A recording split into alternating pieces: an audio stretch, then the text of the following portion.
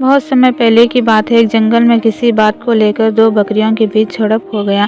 इस झगड़े को वहां से गुजर रहा एक साधु देख रहा था। देखते ही देखते दो बकरियों में झगड़ा इतना बढ़ गया था कि दोनों आपस में लड़ने लगी। उसी समय वहां से एक सियार भी गुजरा। वे बहुत भूखा था।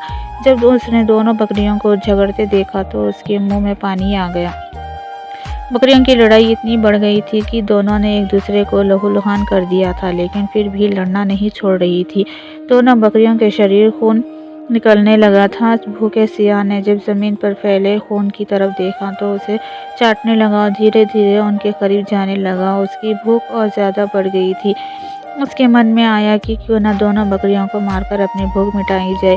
वही दूर खड़ा साधु ये देख रहा था। जब उसने सियार को दोनों बकरियों के बीच जाते हुए देखा तो सोचा कि अगर सियार इन दोनों बकरियों के और करीब गया तो उसे चोट लग सकती है, यहाँ तक कि उसकी जान भी जा सकती है। साधु अभी ये सोच ही रहा था कि सियार दोनों बकरियों के बीच पहुंच गया। बकरियों ने जैसे ही उसे अपने पास आते देखा तो दोनों ने लड़ना छोड़कर उस पर हमला कर दिया। अचानक हुए हमले से सियार अपने आप को संभाल नहीं सका और चोटिल लीला हो गया। वे किसी तरह से अपनी जान बचाकर वहां से भागा।